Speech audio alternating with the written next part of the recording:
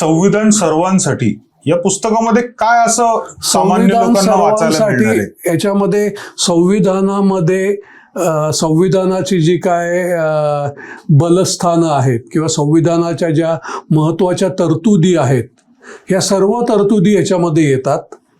आणि तरी सुद्धा 100 पानामध्ये ह्याचं संविधान कसं बनलं याचा इतिहास ह्याच्यामध्ये सुद्धा आहे. त्या संबंधी काही किस्से पण त्याच्यामध्ये आहेत.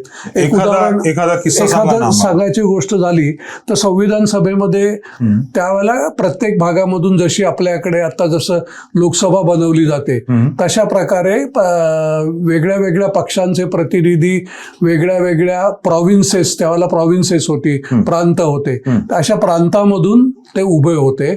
त्याच्यामध्ये बाबासाहेब आंबेडकर मुंबई प्रांतातून उभे होते. बरोबर. इथे ते निवडणूक जिंकू शकले नाहीत, तर त्यामुळे त्यांना बंगालमधून, तर त्याची फाळणी न झालेला बंगाल होता तो, त्याच्यामधून फॉरवर्ड ब्लॉक आणि मुस्लिम लीग यांनी त्यांना स्वतःच्या तिकिटावरती त्यांना निवडून दिलं. बरं. त्यामुळे ते संविधान सभेमध्ये गेले. नंतर काय झालं की आपलं संविधानाची सुरुवात आधीपासून झाली, पण मुख्य जे काम होतं हे स्वातंत्र्यानंतरच सुरू झालं. 47 नंतरच झालं. आणि 47ला आपली फाळणी झाली. त्या फाळणीमध्ये जे बाबासाहेब ज्या मतदारसंघातून निवडून आले होते तो मतदारसंघ पूर्व पाकिस्तानात गेला. परत एकदा बाबासाहेबांचे संविधान सभेमधून ते बाहेर पडले. त्यावेळेला महात्मा गांधींनी पाहिलं होतं की हा मनुष्य आहे अतिशय हुशार आहे आणि ह्याची आपल्याला ह्या संविधान सभेला आणि राष्ट्राला गरज आहे. म्हणून महात्मा गांधी आणि आंबेडकर यांचे संबंध अतिशय वाईट होते. महात्मा गांधीवरती बाबासाहेब आंबेडकर जोरदार टीका करायचे, काँग्रेसवरही जोरदार टीका करायचे. तरी सुद्धा महात्मा गांधींनी मुंबईमधल्या काँग्रेस पुढाऱ्यांना सांगितलं की बाबासाहेब आंबेडकरांना एक वेकन्सी मुंबईमध्ये झाले, त्याच्यावरून बाबासाहेब आंबेडकरांना निवडून द्या. थोडा विरोध झाला पण बाबासाहेब आंबेडकर निवडून आले.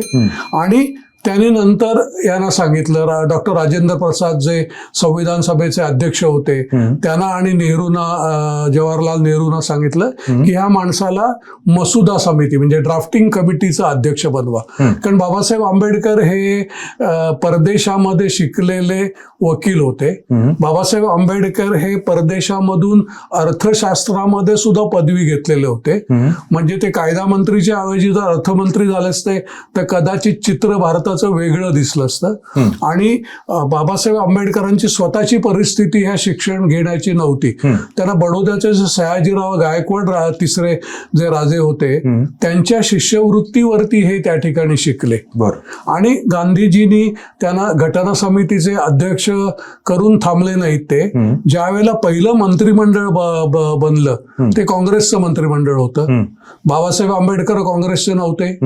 तरीही गांधींच्या आग्रहाखातर त्यांना नेहरूंचा तीव्र विरोध होता. तर नेहरूंना गांधींनी सांगितलं की हे स्वराज्य मिळालं हे काँग्रेसला मिळालेलं नाही, भारताला स्वराज्य मिळालं आहे. बाबासाहेब आंबेडकरांना त्यांचा याच्यामध्ये कॅबिनेटमध्ये समावेश करा, हा मनुष्य कॅबिनेटमध्ये निश्चित पाहिजे. म्हणून मग नेहरूंनी त्यांना कायदा मंत्री केलं. आणि पुढे काय झालं की त्यांना हिंदू कोड बिल पार करून घ्यायचं होतं की हिंदूंचे अधिकार काय, हिंदू दत्तक घेतलं तर ते कसं होईल, हिंदूंचा वारसा हक्क कसे वगैरे, हे हिंदू कोड बिल म्हणून आंबेडकरांनी तयार केलं होतं. पण त्याला बाकीच्या म्हणजे काँग्रेसमधल्या इतर लोकांचा विरोध होता, त्यामुळे नेहरू काही करू शकले नाही. म्हणून 51 साली यांनी आपल्या आंबेडकरांनी राजीनामा दिला, बाहेर पडले.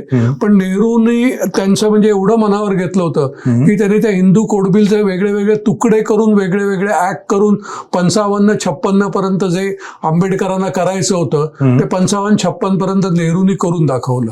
म्हणजे एवढं आंबेडकरांबद्दल म्हणजे त्यांना नेहरूंनाही आदर निर्माण झाला होता ह्याच्यावरती. आणि त्यांना घ्यायचं नव्हतं त्याच्याबद्दल. आणि आंबेडकरांनी जी घटना समितीच्या शेवटचं भाषण केलं त्यांनी, मला वाटतं काहीतरी याला 25 नोव्हेंबर 46 बहुतेक तारीख असेल ती, तेव्हा त्यांनी शेवटचं भाषण केलं घटना समितीसमोर. तेव्हा त्यांनी सांगितलं होतं की तुम्ही देवाची पूजा करू नका, घटनेची पूजा करा, व्यक्तीची पूजा करू नका, संविधानाची पूजा करा आणि कुठल्याही व्यक्तीला देवासारखं मानू नका. आणि नुसतं राजकीय स्वातंत्र्य मिळून फायदा नाही. ज्या वेळेला भारतामधील प्रत्येक नागरिकाला आर्थिक स्वातंत्र्य मिळेल तो दिवस फक्त भारतासाठी महत्वाचा ठरेल. आणि जर तुम्ही संविधानाकडे दुर्लक्ष केलं तर भारत परत गुलामगिरीमध्ये जाऊ शकेल.